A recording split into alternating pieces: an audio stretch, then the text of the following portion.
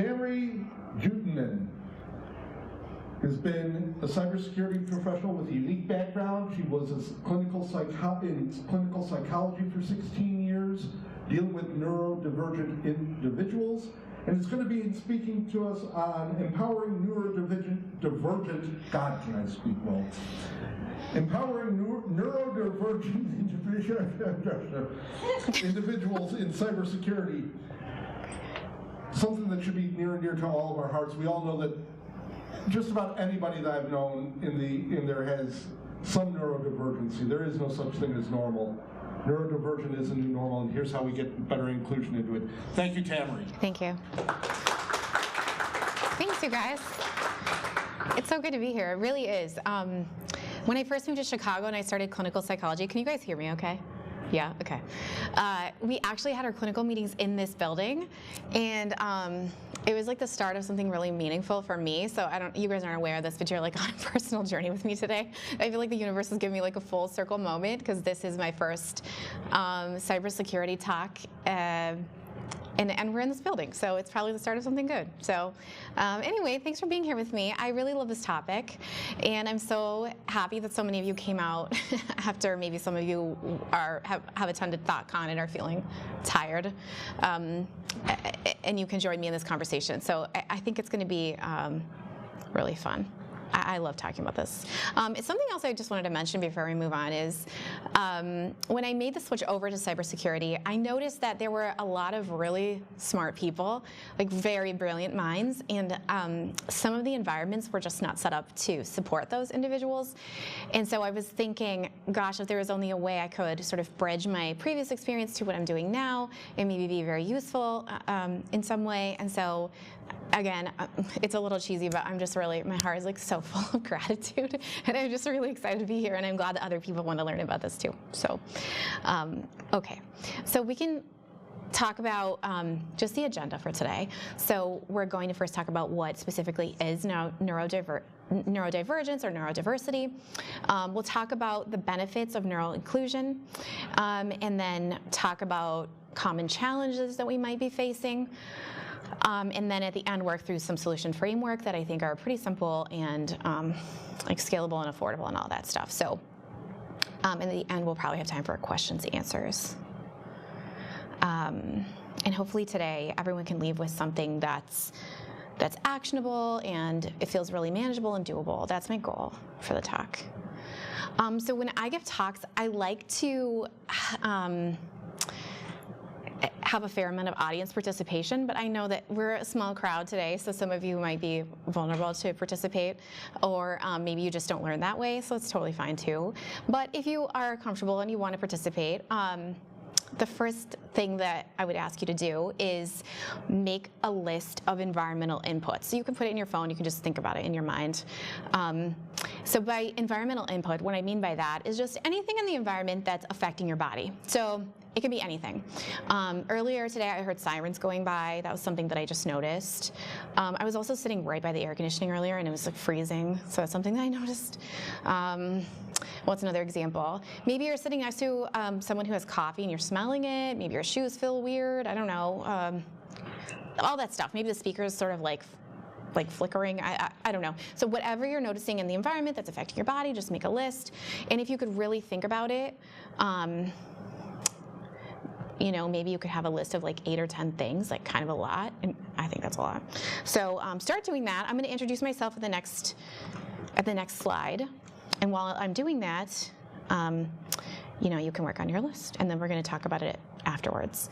So I already said when I moved to Chicago, I was here as a clinical psychologist. I actually moved originally just to go to graduate school. I planned on leaving right away, but I ended up staying. I really love Chicago, actually. I worked primarily with autistic individuals. And I did a lot of consulting with school districts and classrooms, clinics, different offices, individuals, and of course families. I did a lot of managing for clinical programs with families in their homes and in their schools. So that's sort of where I'm coming from. I recently changed paths to cybersecurity, and it's sort of a long story as to how that all unfolded. But but I'm just really excited to be here, and so far it's been a good experience, so thanks for having me in your community. And as I had mentioned before, I'm excited to have an opportunity to talk about neurodivergence because I feel like it's such a great bridge to go from what I was previously doing, and I still love talking about it, to my new career path where I can just share, hopefully, information that's useful for everyone. So, okay, so hopefully some of you made a list or started thinking about things that you were noticing. And if anyone's comfortable, do you want to share something that you noticed? Yeah, go ahead. You can just shout it out. Okay. I don't know if this is because I'm 42 and almost in menopause. Okay. Or because I'm getting older and I'm just realizing different things. Okay. So I was at Sam's Club the other day waiting for my food, to buy my food, and kids crying. Okay. Small spaces. Okay. Hot environments. Plain doors closing. Yeah. I'm a little claustrophobic. Too many people in small spaces and not feeling the air, not feeling that breeze. It just really bothers me. Okay. Oh, and elevators with too many people. Okay. I think we can relate to so many of those. Okay, so this was the environment that you were at when you were in Costco? Okay. All right, great. So that's something that is probably we can all relate to. Does anyone else have something they want to share about in this room? Yeah, go ahead. So there's some bright lights. Bright lights from the sun. Okay. I'm not taking for the next couple of days. Okay. Oh, gosh. Get some conversations. And you hear some conversations? But it's cooler than yesterday. Less people. It was just so hot. That's probably why they cranked up the AC now. Plus, there was a lot of people, right? So, okay, go ahead. That was good. Yeah, I did notice that the AC is running, and kind of in front of it. So actually, it's a bit chilly in here. Not me. Noticing that it's kind of sparsely populated, and I'm the only one in the front row. Okay, you're feeling a little exposed up here. Not really. I'm just feeling like I don't know, pretty average though. Okay. Maybe a little uncomfortable just because I've been going for the past 2 days straight with ThoughtCon as well. Mm-hmm. Okay, that's good. Those are good. Anyone else want to share? No? Okay, great. So these are really great things to put on your list. Things that were happening outside of the room at a different time and also today. So those are all really great things to think about. I want to ask just a few rhetorical questions for you all. Did anyone have a hard time thinking about things in the environment and listening to me talk about myself? Did anyone have a hard time doing both of those things at the same time? Did anyone, so a few hands coming up already, okay. Did anyone mention something on their list that was also on your list? Did someone mention something that wasn't on your list and you were like, oh, I guess I hadn't thought about that or hadn't noticed it? Did anyone struggle with coming up with 8 or 10 things? Does that feel like a lot in the short amount of time? Okay, some of you are nodding. Okay, so that's great. We're all here in the same room. You guys are really polite audience members, right? We all got the memo on how to follow social norms in this setting. You're quietly sitting, looking at the speaker, apparently paying attention. But actually, we all are experiencing different things. And even though it's the same set of circumstances, all of our experiences and inner worlds are different for a variety of reasons. A lot of those are completely out of our control, and it has to do with neurological processes, which we're going to talk about in a little bit. Okay, so keep this activity in your mind. We're going to refer back to it a couple of times throughout the talk, and it will be good to just remember doing it. Okay, so we can just dive in.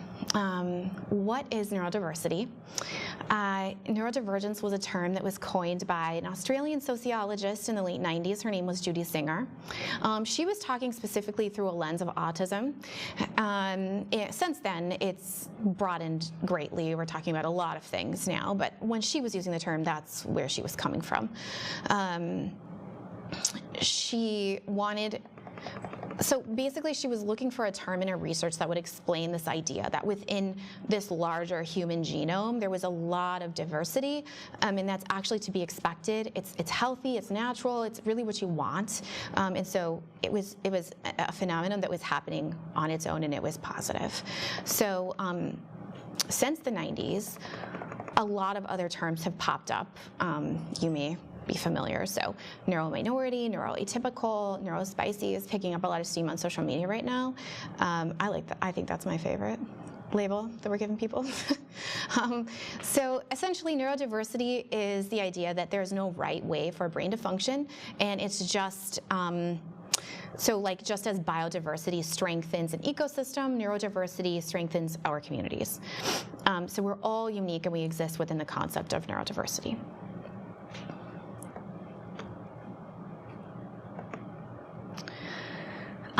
So humans like to categorize things. We're very good at categorizing people and things and ideas. And so, of course, that's what we've done with this idea of neurodiversity. And you can think of it in these two large groups. So the first group would be the Neuro-Majority. So these are individuals who have very similar neurological processes, cognitive profiles. They view the world in very similar ways. And I don't mean like identical. Like there are no brains that are identical, right? Everyone's brain is actually, it's sort of like a fingerprint, similar, but everyone has their own. It's always unique. The second group of people, you could probably guess, is Neuro-Minority. So these are the individuals who have brain types that are not similar at all. So they do not have neurological processes that are similar. There is a vast array of cognitive profiles, and they view the world vastly different in very, very unique ways. And later on, the next slide, we're going to talk about characteristics that are similar, but even within those subcategories, it's vastly different. So some of those differences include attention, communication, social skills, sensory experiences, and information processing.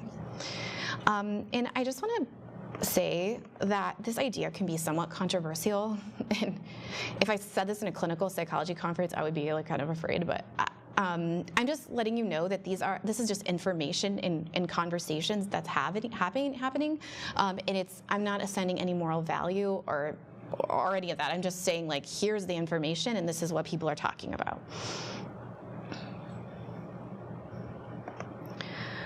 Okay, so we can focus in on that second group of people. So the individuals who have differences in neurological processes and perceptions of the world. So of course, this is not an exhaustive list.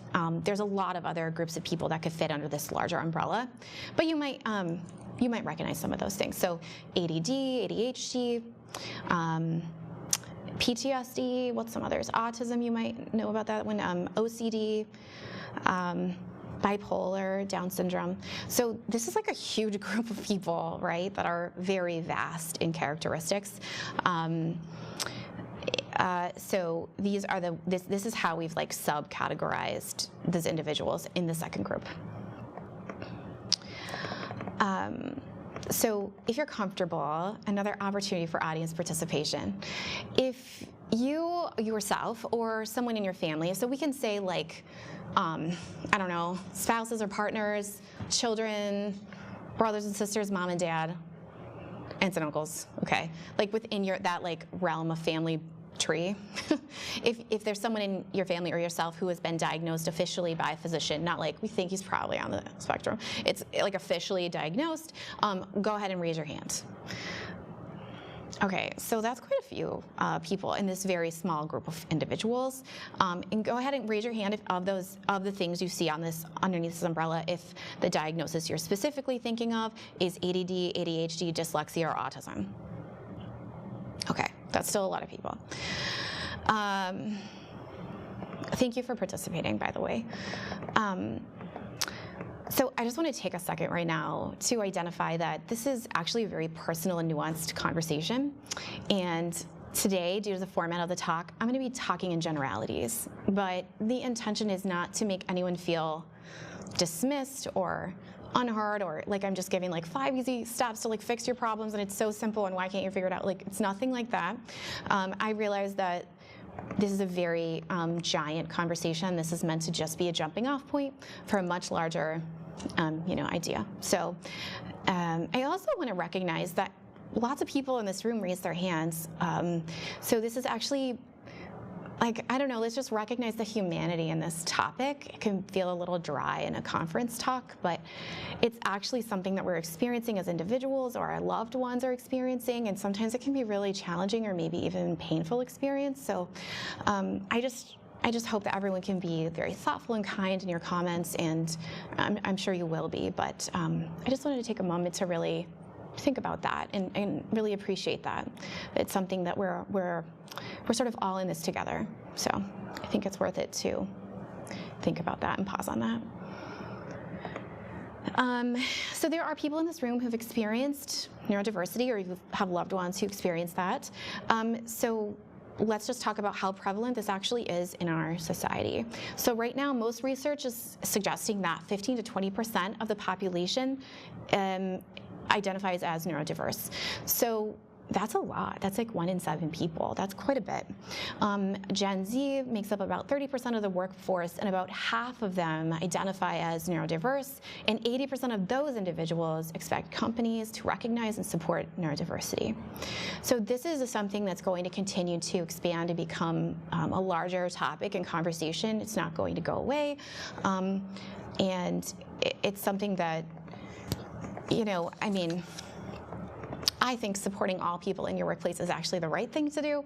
That's my opinion. But it's also best practice if you want to continue recruiting the top talent, if you want to be retaining individuals, if you want to have new ideas and innovation and creativity in your company, be at the top of the game. This really is the way forward. So making, you know, your company neuro-inclusive really matters. So neuro-inclusion is just the idea that everyone is included when you're developing policies and workflows. It's really not the best practice to just put something together and then add on accommodations as people are asking or complaining or struggling. It's better to build it from the ground up with neuro-inclusion and everyone in mind. So that means like from hiring and onboarding all the way through ongoing workplace accommodations and other programs that you might have for employee retention and success. So if you're thinking, well, we don't have any neuro-inclusion because no one said anything, and I don't know, our team seems to be doing well. Well, we just said that like 1 in 7 people are neurodiverse, so statistically speaking, unless you have like 2 people on your team, probably someone there could benefit because they are neurodiverse. But more than that, everyone could benefit from support, so not just people who are asking for help. So we can just look more at the benefits of having neuro-inclusion and making this a priority in your company or on your team. So right now, the research is suggesting that neurodiversity on your team is incredibly beneficial. There are 3 main categories, at least that I found when I was reading through some articles. So the first would be innovation and creativity. This is a huge benefit. I think it's particularly beneficial for the tech and cyber community in general. So that would be like enhanced problem solving and unique information processing. Another category that I identified was productivity and efficiency. So this could include things like excelling at detail-oriented tasks, pattern recognition, high levels of focus, and extraordinary abilities to retain information. And finally, with the right supports in place, there is a much higher level of employee loyalty and retention, which of course, who wouldn't want that? If you're going to spend all the time and money like training someone, you want them to stick around for a while and feel supported and excel. So these are some benefits. So if these are the benefits, what are some challenges that we might face? So some common struggles. Let's think back on our list of environmental input that we all did. So we're all here having, we presume, a similar, experience, but we identified that maybe that's not the case actually. And this might be the case of for someone in your workplace. It appears that they're doing well, but maybe not. So there's a lot of research out there suggesting that, for example, individuals with autism specifically have a very difficult time filtering out environmental stimuli. This is due to neurological processes. It's not like they're choosing it.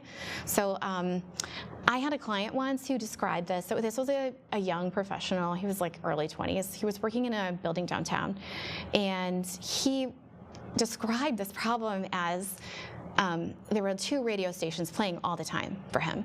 So one radio station, and by the way, they're like full blast, like going really loud, and he couldn't filter out one from the other. So the first one is his supervisor telling him important information like deadlines, instructions, expectations, feedback, all the stuff that he's like, I need to know it because this is how I'm going to excel in my job. But then the other radio station was playing all this random ambient noise, like the clicking in the vents and people walking down the hall, and someone's at the water cooler and that little like bubble things are so loud, or his lights were buzzing and just all this stuff. And he was like, man, it's so hard to on purpose filter out that stuff. Like, don't think about it and focus on the stuff that matters. And he said, like, when I do this all day long, I come home and I'm so tired. I'm so drained, and I just eat dinner and go to bed. And my life sucks right now. I cannot move on. Like, this can't be the rest of my life. I gotta come up with something. So this is such a significant thing, and it's very important. Even if it seems like you might be in the same office and like, I don't know, it doesn't seem loud to me. Well, it might be loud to someone else, and both of those things can be true. Another thing that I really love talking about is unspoken norms in general. I love this topic. When I was a psychologist and I spent a lot of time teaching social skills to individuals, and it was a challenge because it's so contextual. It changes. Nobody really talks about it. You kind of just have to know. But like, how do you know? Like, how do you know? So I mentioned before, you guys are all very polite audience members. You got the memo on the social norms. No one's talking. No one's standing up randomly. All the things. But like, how do you know that? Maybe because like throughout school, people told you to like sit down and look at your teacher. Maybe you've had like direct instructions through your life.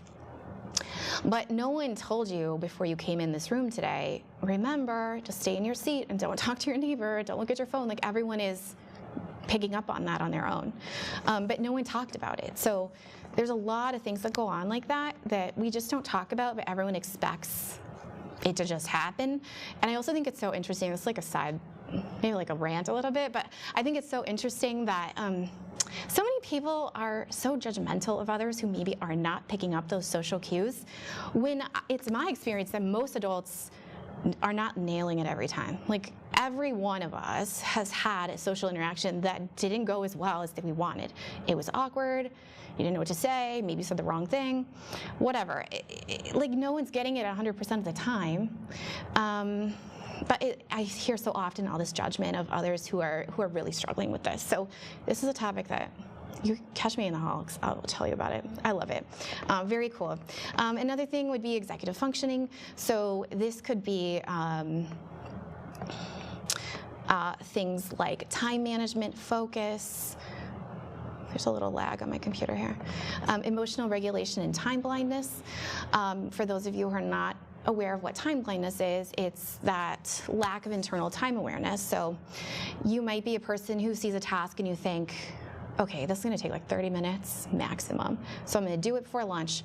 But then like 2 hours later, you're in the thick of it, you're halfway done. It's gonna take way longer than 30 minutes. Another way this might present itself is you feel like you've been working on something for 10 minutes, but you look at the clock and actually like 6 hours have passed. And you're just like, wait a minute, it's dark outside, what happened? So this is just like a lack of time awareness that happens for some on their own without like external supports in place. Okay, so I'm gonna, with all of this in mind, I want to share a little personal story with you. Okay, so these are my kids. They're cute, right? They're also really awesome. And they were just born like that, by the way. It's nothing to do with anything. They just came awesome. Very funny. And I asked them if it was okay if I shared this story about our family and shared their pictures, and they said it was okay. So this picture's a couple years old, but basically what was happening was on this year, my little girl in the pink jacket, she's my littlest one, she started her full-day preschool program. And so for the first time, all the kids in our house were at school all day. And so I worked from home, and it was incredible. It was very quiet, everything was tidy. My coffee was hot when I was drinking it. everything just sort of clicked along the way I wanted it, super in control of everything. And then at 4 o'clock, the kids came home, and it was like immediate mass chaos in our house. And there was like stuff everywhere. There were books and jackets and like socks and shoes and just everything everywhere immediately. This is something I know about myself that really stresses me out. It's overwhelming. All the clutter everywhere, just, I don't like it. Another thing is that they would come home and they were really excited and they wanted to tell me about their day or what they did or an upcoming thing or you're never gonna guess what happened or whatever. And I wanted to be there and listen to them, but they were talking over each other. And it was really hard for me to manage, like, okay, wait, I'll talk to you in a second. Let's do this one first. So it was just a lot. And then at the same time, I just had a lot of other stuff going on, like trying to get homework going and dinner at some point going and all of it. So all of it together was just sort of like a perfect storm. And the hours between 4 and 6 at our house was every man for himself. It was horrible. And it went on for a couple of months. I thought it was going to get better with time, but it didn't. And so some of you are sitting there thinking about this and like, okay, yeah, this is very similar to what happened in our house. 4 to 6 at our house was pretty hectic too.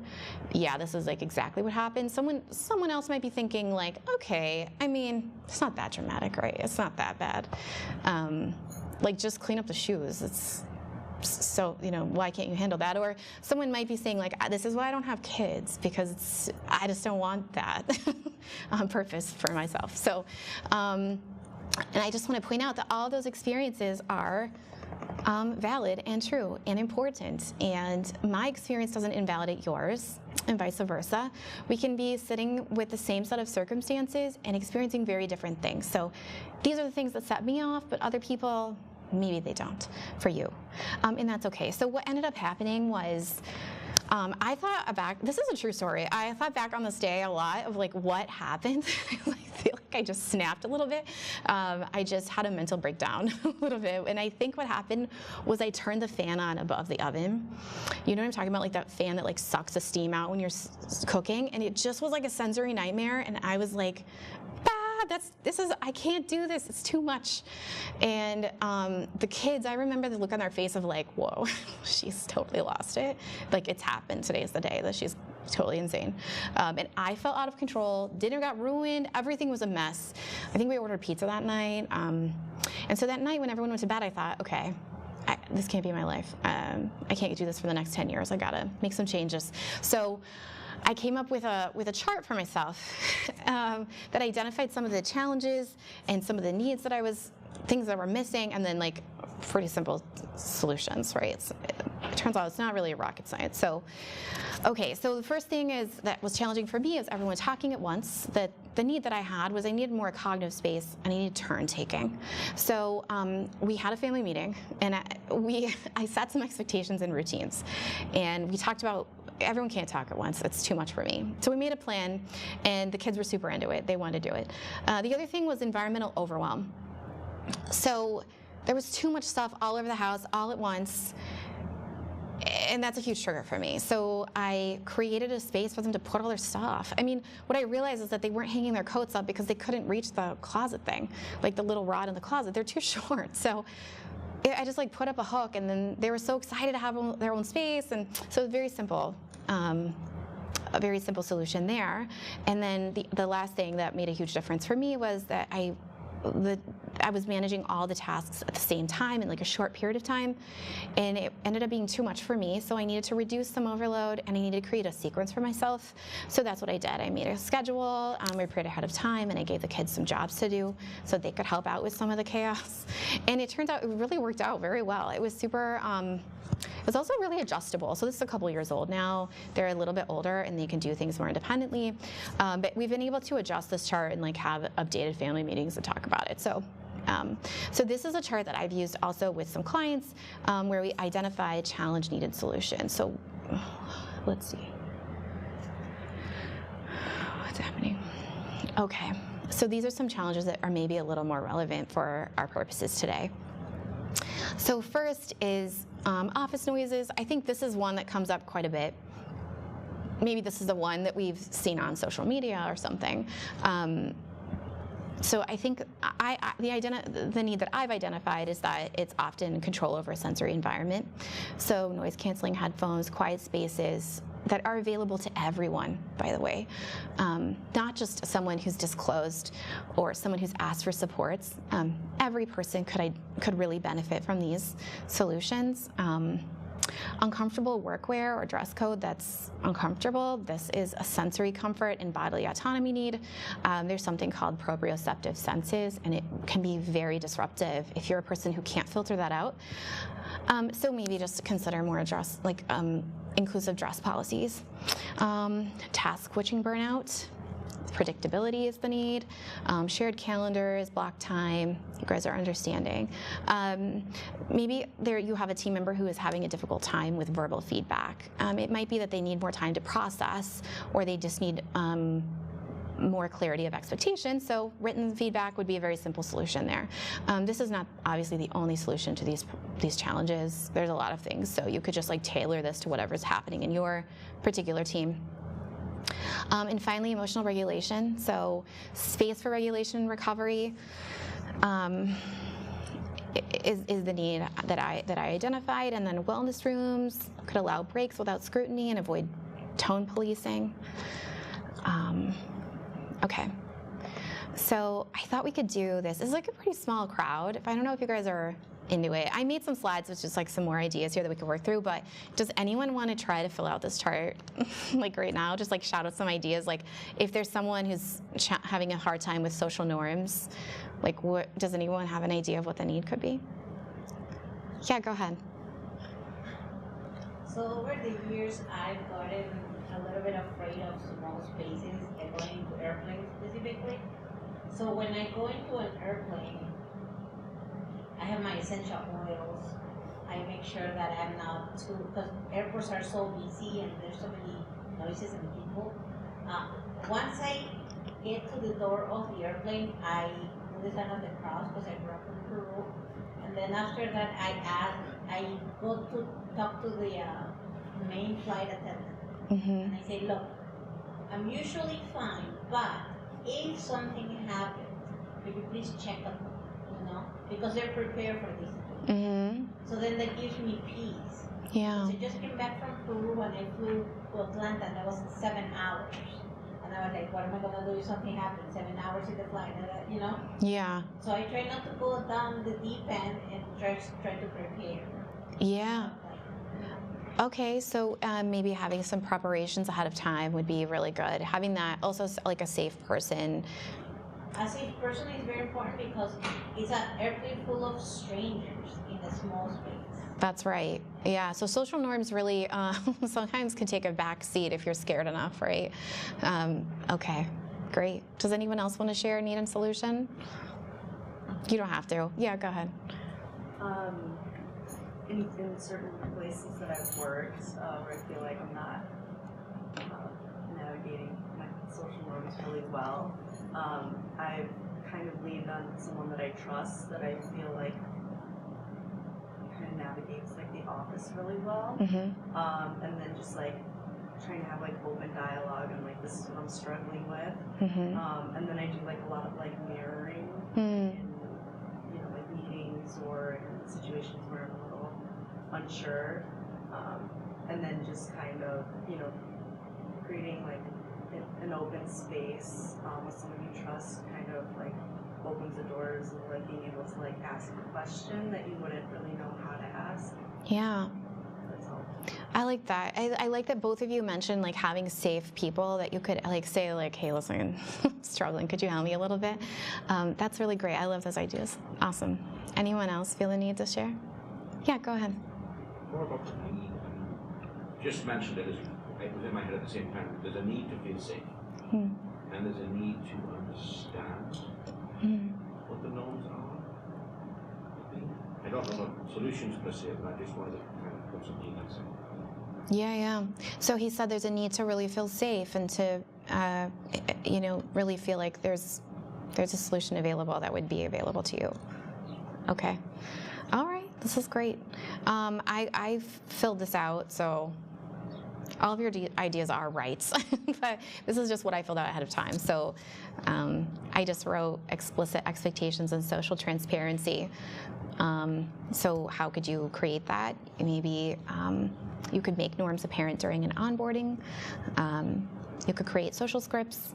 You could use neuro-inclusive mentors. And this kind of goes back to that safe person that so many of you mentioned. Sometimes this is a resource that's not always available, like if you have sort of a smaller team or a smaller budget or something. But if you could just have a friend maybe in your office or something. I really like that you guys brought that up. Okay. And as I said, this is obviously not the only thing. It could be tailored to your specific circumstance. Okay, well, thank you for coming again. Again, as I said in the beginning, one of my things that I really wanted to, one of these things, sorry. Okay, so one of the goals that I really had in mind was for everyone to have one small step they could take towards inclusion. Sometimes there's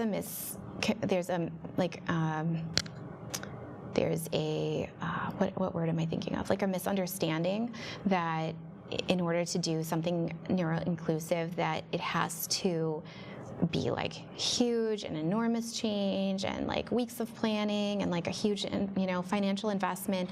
But it really doesn't have to be that. It can just be one small thing, and then over time, all those small things add up. Okay, well, if any of you would like to have, talk about some things that are coming up for you or anything on your team, I'm happy to help out in any way that I can. So thanks for coming, and it looks like we'll have plenty of time for questions if anyone has any.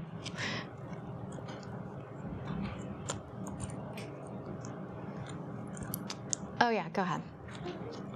I wanted to ask, I've been noticing things like, I've been going to events in Chicago, and if there's too many people in the elevator, I will take one by myself. I was thinking, how can I work in Chicago what if I work in a high up, floor and I cannot open the window, all those things. And I'm like, then I went and looked at the law. What does the law say? How can they accommodate? So I've been thinking about that, but I will wait until I get an offer and then talk about it with one person, because I want a big life. I don't want these, I thought they were fears, I was saying, I don't want these fears to hold my life back, Sure. So I don't know if you have any advice or anything that I can, proactively do besides what I'm already doing. I mean, I would love to hear what other people think, but my initial thought is, I think you're probably on the right track of doing everything a person could do, is trying to maybe self-accommodate or ask for accommodations during the hiring process. Maybe you could look at companies that specifically are neuro-inclusion friendly. Maybe they already have some solutions for you worked in that you hadn't thought about. Does anyone else have any ideas that came to mind? Okay. All right. Yeah. Any other questions? Yeah, go ahead. I was interested. I'm Gen X. So nice to meet you. I'm interested in the stats about Gen Z. Oh, you said Gen X. I thought you said your name. I was like, hello. Okay, go ahead. Sorry. No, okay. The stats about Gen Z, is that due to greater self-awareness or better diagnosis? That's such a great question. There are so many thoughts on this topic. I don't know that there's like a consensus that's been landed on for this answer, but some are saying like more thorough evaluations, more like social acceptance, more understanding of neurodivergence, and maybe a little less stigma. So it's okay to say this and like get help and recognize and go to the doctor and all that. It's difficult. I haven't heard of anyone really landing on a specific like this is why. So there's a lot of ideas out there. Yeah. Anyone else? Yeah, go ahead. What are your opinions on dealing with this from the other side of it, from the manager's perspective? Being completely inclusive and wanting to do this for people, but not letting people incorrectly take advantage of it. Somebody that that just says, I just want to work from home, I just want to wear jeans to work? Well, I would say that if there's an employee that you feel is struggling and maybe taking advantage of something, you could think about, is this environment the most supportive it could be? Sometimes, this is such a great question because this comes up so often from individuals who are managing teams and trying to look at budgets and see what are we doing here. I guess as a neuroinclusion person, thinking about promoting this, I think that it is beneficial for everyone on the team to have some flexibility. So if there's a person that wants to wear jeans to work, does that affect their performance? Does it really make a difference? Maybe if you have a client coming to the office, then okay, everyone can have an uncomfortable day. Or if they can work from home or have a flexible schedule, does that affect the performance? And if not, maybe that could be something you really look into if it really doesn't hurt anything. If the person if their performance isn't what you would hope, then that's maybe a different conversation where you could say, here are some supports we're putting in place, but here is the performance goals that we have, and we want to just make sure that we're aligning here. That's what I would say. Anyone else? Go ahead, Willa. Just to change there, it's how we measure people that probably needs to change sometimes. Because our measurements have to apply to everyone. They're not necessarily based on accommodation. So if we change the way we measure and we focus in on performance versus folks are taking advantage of accommodations, then I think we have a better, more equitable system. I like that. For some managers, especially if you've been working hybrid or on site or through COVID and had to shift back to an office, it can be difficult to change your measurements, right? You measure people differently based on how you work with them. Absolutely. Yeah, of course. I hope I answered your question well. Yes, go ahead. I'm just going to say that the examples given, be curious and ask why. Because if I go to my manager with a request like that, I've probably got a darn good reason for asking. You're saying if you go to your manager with a question asking for help or accommodation. Like that, yeah. There's probably a reason why.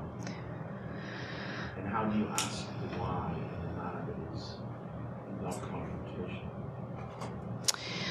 So many people come with this, and I think it's a really valid fear. Unfortunately, we still live in a society where there is a certain amount of stigma, and I also think the individual who is experiencing neurodivergence or is struggling in some way might think if I ask for something, they're going to think I'm taking advantage, or I'm kind of a pain in the butt, and no one wants to help me, and then what if I lose my job? It could really spiral. So, I'm